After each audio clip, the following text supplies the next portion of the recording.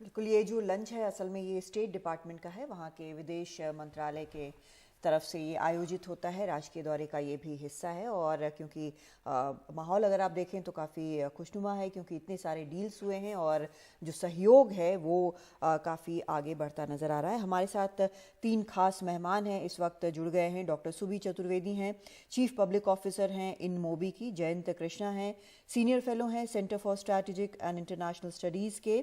और अचल मल्होत्रा हैं, पूर्व राजदूत हैं। तीनों मेहमानों का बहुत स्वागत है। सुबी, सबसे पहले तो मैं आपसे आपके पास आती हूँ। हम लगातार देख रहे हैं ये दौरा जिस तरह से चल रहा है और बिल्कुल साफ अब ये है कि भविष्य की तकनीक को लेकर भारत जो है उसने उस पर ध्यान केंद्रित कर रखा है।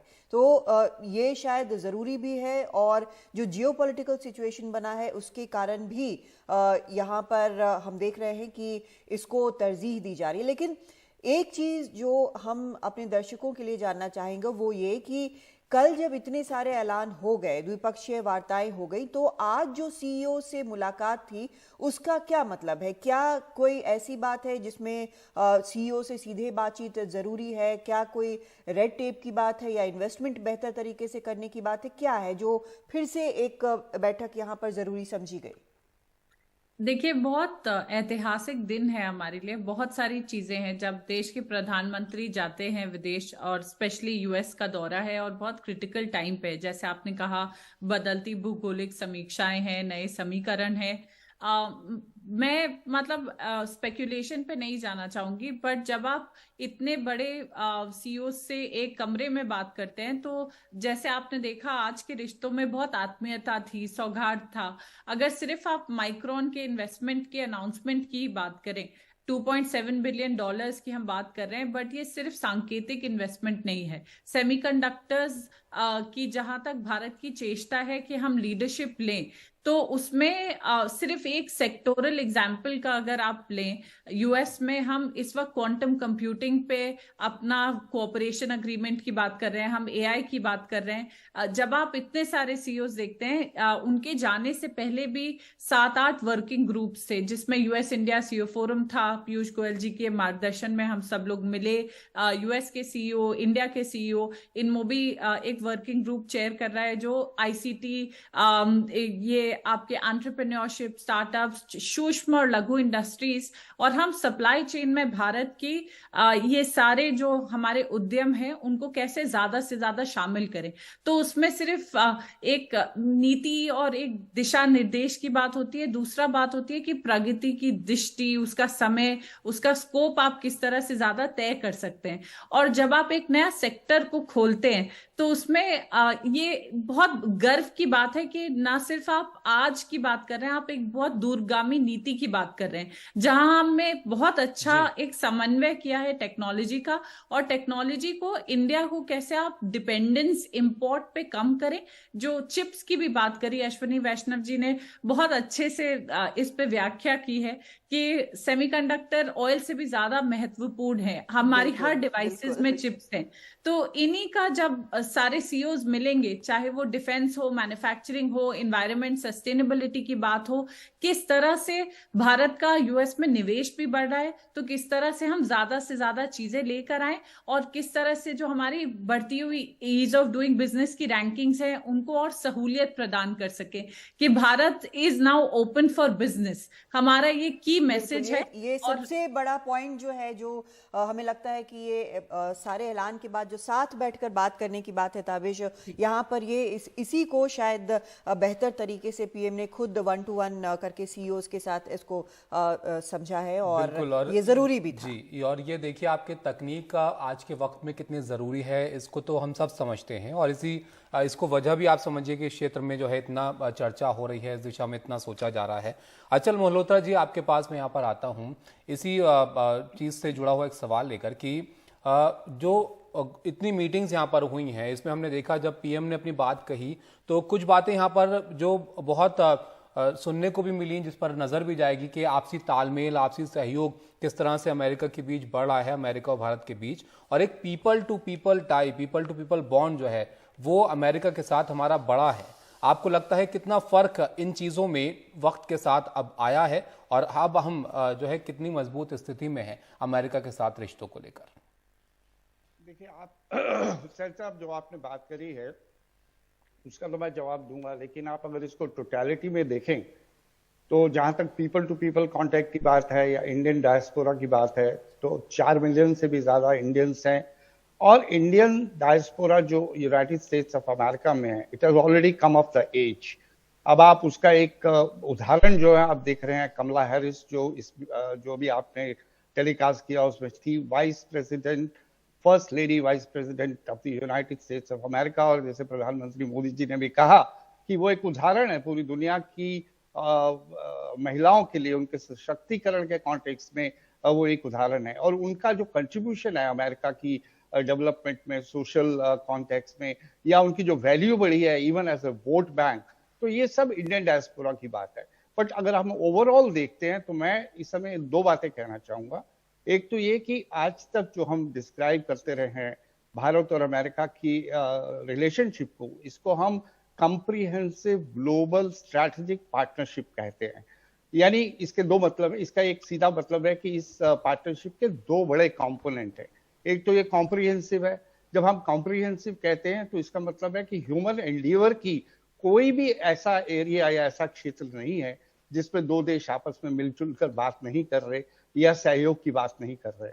और जब हम ग्लोबल करते हैं, कहते हैं कि ये ग्लोबल पार्टनरशिप है, तो इसका भी मतलब साफ है कि भारत और अमेरिका सिर्फ बायलैटरल फ्रंट पे ही नहीं बात कर रहे हैं, बल्कि वो दोनों मिलजुल कर कुछ ऐसी बातें करना, कुछ ऐसे कदम उठाना चाहते हैं जो ग्लोबल गुड के लिए अच्छे हैं, कुछ ऐसे इश्यूज को एड्रेस करना चाहते हैं जिनकी ग्लोबल डायमेंशंस है। तो इस विजिट, आखिरी पॉइंट ये मैं कहूंगा कि ये विजिट जो है इसका सही आंकलन आप आज से 10 साल बाद कर पाएंगे, क्योंकि इस स्ट्रेटेजिक रिलेशनशिप को ये एक नए लेवल पे ले जा रही है। और वो चाहे डिफेंस पार्टनरशिप हो, वो भी एक एलिवेट हो रही है, नई न्यू जनरेशन डिफेंस पार्टनरशिप है। ये टेक्नोलॉजी ओरिएंटेड जितने भी अंडरस्टैंडिंग आज हुई है, इसका रिजल्ट आप आज से 10 साल के बाद देख पाएंगे। सही कहा तब आप आपने, सही अचल मल्होत्रा जी। ये जो एक ट्रांसफॉर्मेशनल रिश्ता है, इसका असर आज के जो समझौते हैं उसका असर 10 साल में दिखने लगेगा। और इनफैक्ट उसके पहले भी जो इन्वेस्टमेंट जल्दी जल्दी हो रहे हैं और कई तरह की तकनीक शेयरिंग हो रही है, लेकिन बिल्कुल स्वरूप जो है वो बदल रहा है। तो लगातार हम आपको अपडेट दे रहे हैं पीएम मोदी की अमेरिका विजिट से। और यहाँ पर अब से थोड़ी देर पहले जब वहाँ की वाइस प्रेसिडेंट कमला हैरिस के साथ जो है वो वहाँ पर मौजूद थे, तो उन्होंने एक बार फिर से जो अमेरिका और भारत के बीच बॉन्ड है उसको लेकर जो है वो अपनी बात रखी। और दोनों ने ही, वाइस प्रेसिडेंट ने भी इस बात का जिक्र किया किस तरह से उनका जुड़ाव भारत के साथ रहा है और किस तरह ये रिश्ता जो है वो आगे बढ़ा है। अब इसके बाद इंडियन डायस्पोरा को पीएम मोदी जो है वो संबोधित करेंगे, तो आज भी काफ़ी व्यस्त जो है वो कार्यक्रम रहने वाला है। लेकिन यहाँ पर भी आप देखिए जिस तरह से बातचीत यहाँ पर आगे बढ़ रही है, इससे कानूनी चीज़ें ये तो जाहिर हैं कि अब जो रिश्ता है वो ट्रेड से काफ़ी आगे है अमेरिका और इंडिया के बीच। बिल्कुल, इसके मायने बहुत अलग किस्म के भी। हमारे मेहमान हमारे साथ बने हुए हैं। मैं जयंत कृष्णा जी आपके पास आना चाहूँगी, सीनियर फेलो हैं centre for strategic and international studies के। स्टूडियो में आने से पहले मैं आपका साइट देख रही थी और उसमें देखा कि एआई को लेकर काफ़ी कुछ है, हाल में डिस्कशंस वगैरह हुए हैं। एआई एक ऐसा फील्ड है जिसको लेकर अब कई चिंताएं भी जताई जा रही हैं। तो जब भारत यहाँ पर कोलैबोरेट कर रहा है, भारत में दुनिया भर का मानना है कि बेस्ट माइंड्स हैं, यहाँ पर टैलेंट है, तो जब अमेरिका के साथ इस पर कोलैबोरेशन हो रहा है तो हमें क्या ये समझना चाहिए कि इस क्षेत्र में पीछे रहने की अब कोई आशंका नहीं है, साथ साथ आगे बढ़ सकते हैं? देखिए, एआई जो है ये एक ऑल परवेसिव टेक्नोलॉजी है, इसमें कोई शक नहीं है। और ये सिर्फ टेक्नोलॉजी फॉर टेक्नोलॉजी नहीं है, इसका जो डिप्लॉयमेंट है एजुकेशन में, हेल्थ केयर में, सोशल डेवलपमेंट में, डेवलपमेंटल सेक्टर में, वो बहुत जबरदस्त है। तो ये तो और अब मैं अगर सही रूप में बोलूं तो एआई में भारत अभी तक कहीं कुछ पीछे छूट गया है काफी।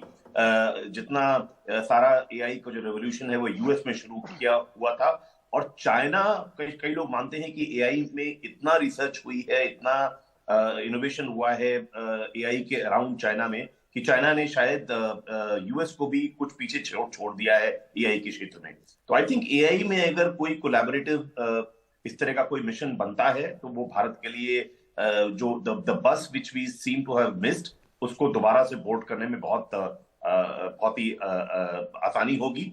और ये आज जो टेक्नोलॉजी हैंडशेक हुआ जिसमें भारत के प्रधानमंत्री, अमेरिका के जो बाइडेन, सब लोग मौजूद थे।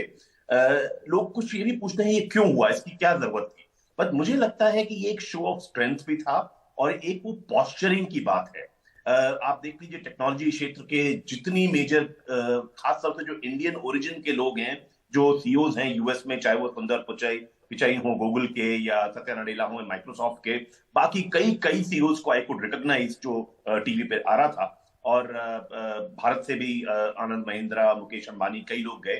तो आई थिंक ये बहुत एक सिग्नल करता है कि India has come of age. और खास तौर से टेक्नोलॉजी के क्षेत्र में तो ये हालत है, कहा जाता है कि यूएस में चाहे आपको इक्विटी रेज करनी हो या टर्म लोन रेज करना हो या कैश क्रेडिट लेना हो, जब तक आपके डॉक्यूमेंट्स में, एप्लीकेशन में ये एड्रेस नहीं है कि आप इंडिया को कैसे बिग टाइम लेवरेज करेंगे for reasons of quality, for reasons of talent, for reasons of cost arbitrage, तब तक वो फाइनेंशियल क्लोजर होता नहीं है। तो इस कदर पूरे दुनिया का, खासतौर से जो सॉफ्टवेयर और सॉफ्टवेयर इनेबल्ड सर्विसेज हैं, सॉफ्टवेयर सर्विसेज और आईटी इनेबल्ड सर्विसेज हैं, उसमें अगर आप देखिए पूरी दुनिया में जो आउटसोर्सिंग होती है उसका 50-55% शेयर जो है वो सिर्फ भारतीय कंपनियों के पास है। जी अच्छा, किसी भी अच्छा मल्होत्रा से मैं आपकी बात का एक जवाब चाहूंगी। जो आपने चीन की बात यहाँ पर की मल्होत्रा साहब, तो इसका ये मतलब हम समझें कि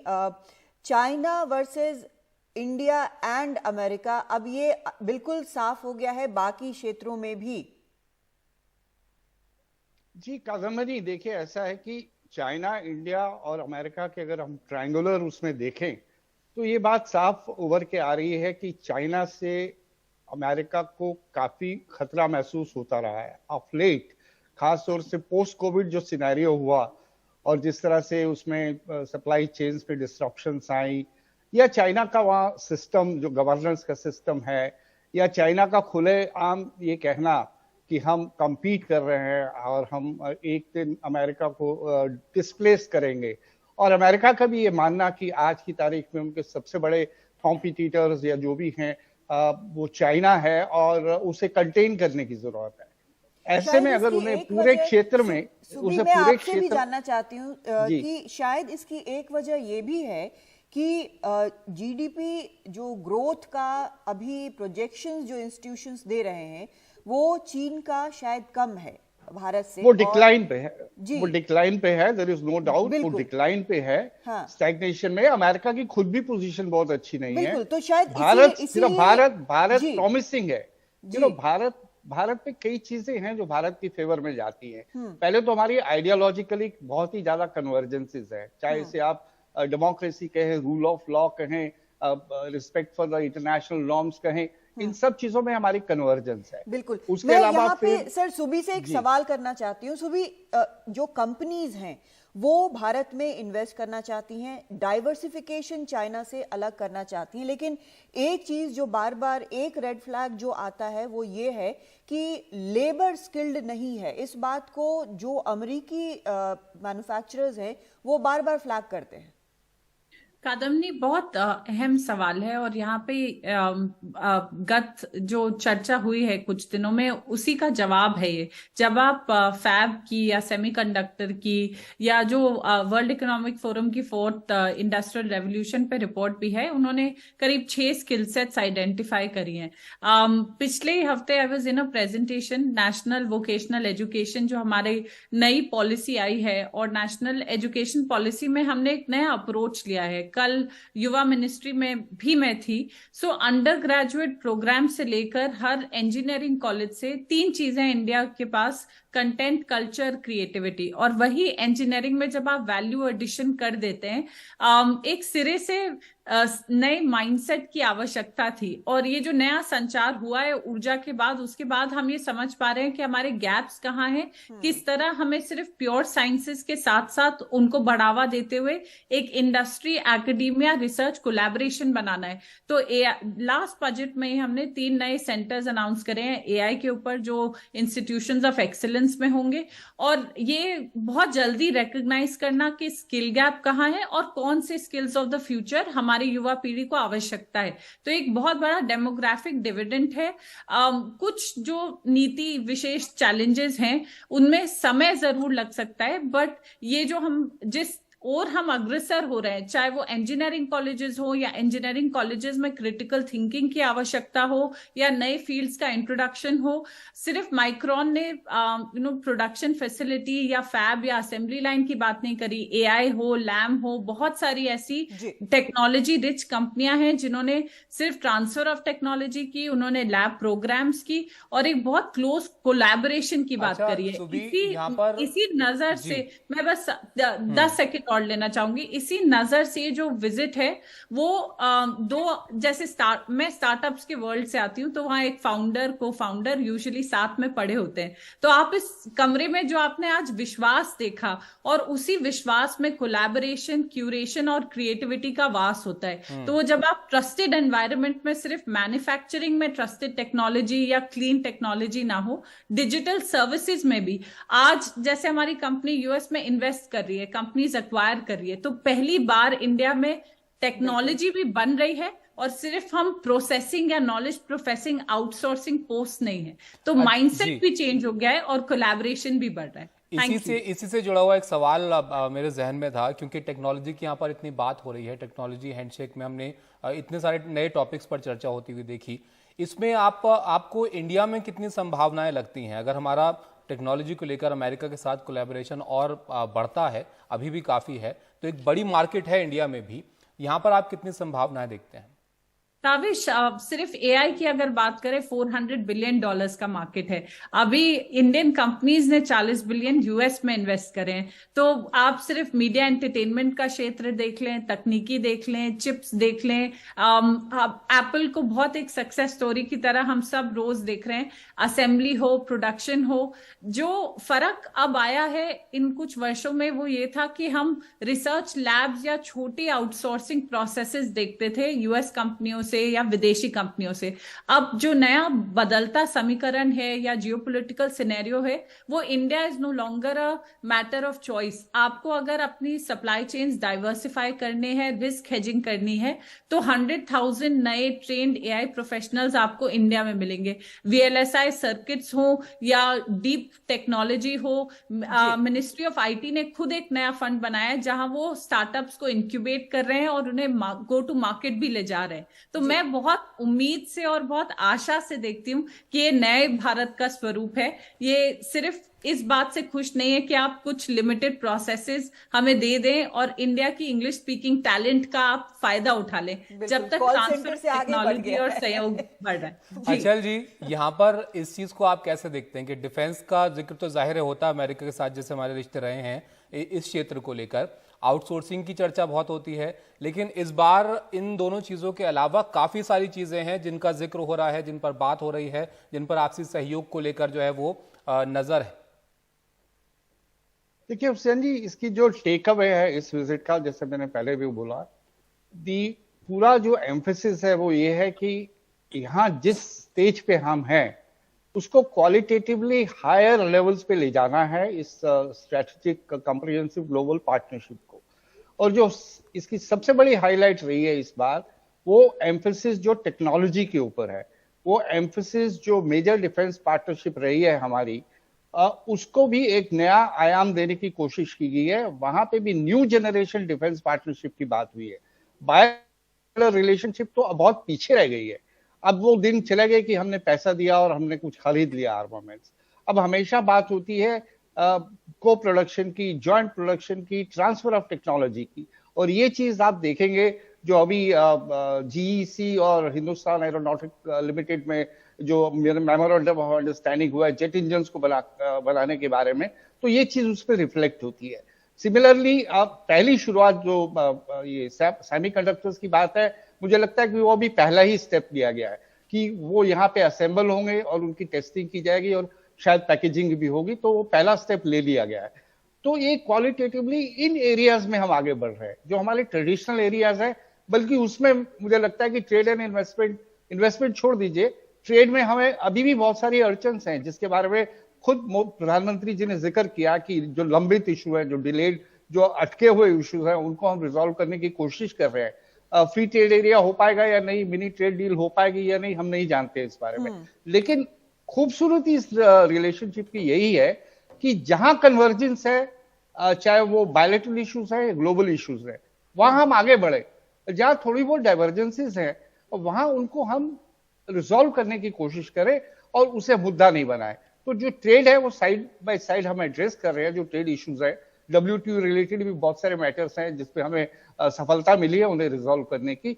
तो असली दो मैच्योर्ड देश जब इस तरह से डील करते हैं तो किसी एक इशू को अलाउ नहीं करते कि पूरा जो उसका इतना बड़ा कैनवस है रिलेशनशिप का, उस पर कोई असर नहीं पड़ना चाहिए। बिल्कुल। और आपने जो ये WTO वाली बात बोली है अचल जी, उसी पर मैं जयंत जी आपसे पूछना चाहती हूँ, जयंत कृष्णा जी, कि ये जो 6 मामले आउटस्टैंडिंग मामले हैं ये रिजॉल्व हुए हैं। आज इस पर जो मंत्री हैं पीयूष गोयल, उन्होंने बयान भी दिया है।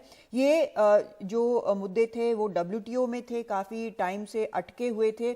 70% स्टील और 80% एल्यूमिनियम एप्लीकेशंस जो इंडिया से निकलते हैं उसके लिए मार्केट एक्सेस होगा। ये आमतौर पर WTO तक जो मामले जाते हैं उसमें नहीं होता है। इसका इम्पैक्ट क्या होगा, मैं ये जानना चाहती हूँ। देखिए, इसका इम्पैक्ट मुझे लगता है काफी पॉजिटिव होना चाहिए। मैंने पूरी तरह भी स्टडी नहीं किया है कि ये इसके फाइन लाइंस में नहीं देखा है, लेकिन हमें लगता है कि अगर आप देखिए टोटल जो इम्पैक्ट से मेरा मतलब ये है कि इस तरह से इश्यूज रिजॉल्व करना आउट ऑफ WTO, तो इससे एक मैसेजिंग भी है कि ऐसा भी हो सकता है और रिजॉल्वेबल है। बिल्कुल बिल्कुल बिल्कुल। हमेशा go and cry on WTO's shoulder की जगह अगर आप आपस में बायलैटरली कई चीजें रिजॉल्व कर सकते हैं तो अपने आप में बहुत अच्छी चीज है।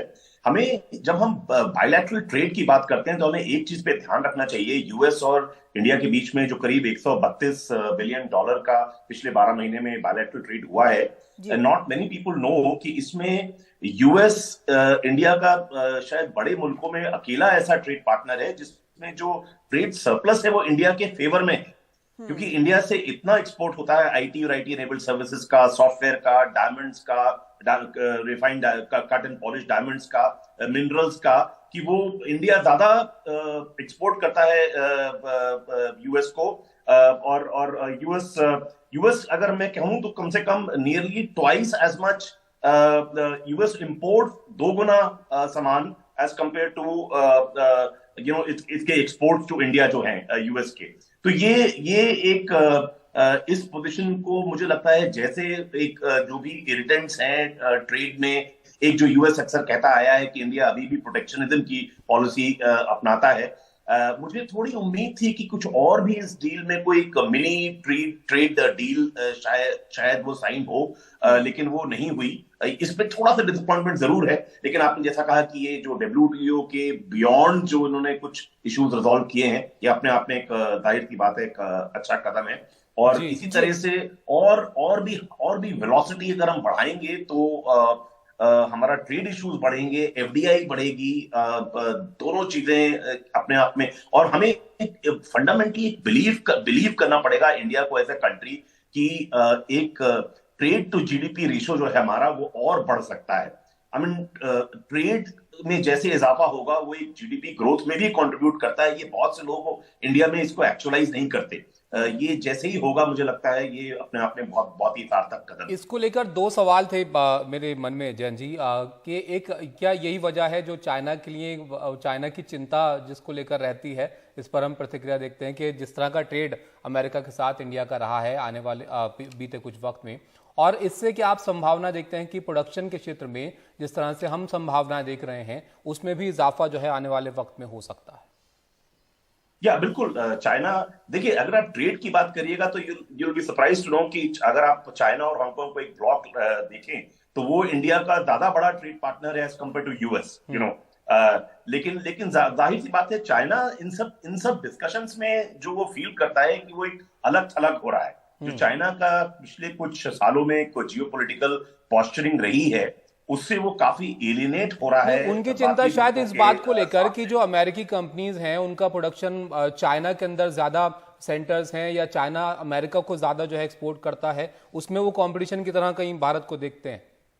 बिल्कुल देखते हैं, क्योंकि कोविड के बाद अगर आप देखिए तो बहुत सी एमएनसीज जो हैं वो अपनी मैन्युफैक्चरिंग सप्लाई चेन्स को पूरी तरह नहीं भी तो कम से कम पार्ट ऑफ इट को रिलोकेट करने की एक उसमें मुहिम में लगी हुई हैं। और उन किन किन कंट्रीज में चाइना के बियॉन्ड रिलोकेट करना है उसमें इंडिया सबसे स्ट्रांग कंट्री है। अगर आप किसी भी मापदंड से देखिए, इंडिया की जो पोजीशन है वो बहुत स्ट्रांग है। तो ऑब्वियसली चाइना के लिए तो इंडिया एब्सोल्यूट साइज इकोनॉमी का इंडिया का अभी भी चाइना से बहुत छोटा है, लेकिन एक वो as a alternate emerging economic power के रूप में देखता है। और जब यूएस और ऑस्ट्रेलिया और बाकी यूरोपियन यूनियन के साथ अगर इंडिया के टाइज इंप्रूव होते हैं तो जाहिर सी बात है चाइना के लिए एक बहुत चिंता का विषय बन जाता है। लेकिन आपसे यहाँ पर इसी को कंटिन्यू करते हुए ये जानना चाहेंगे, कुछ वर्ष पहले चीन में मैंने देखा था कि शिनजियांग इलाके में या फिर यहाँ तक कि तिब्बत के इलाके में जिस तरह का उन्होंने काम किया है, खासकर शिनजियांग में जो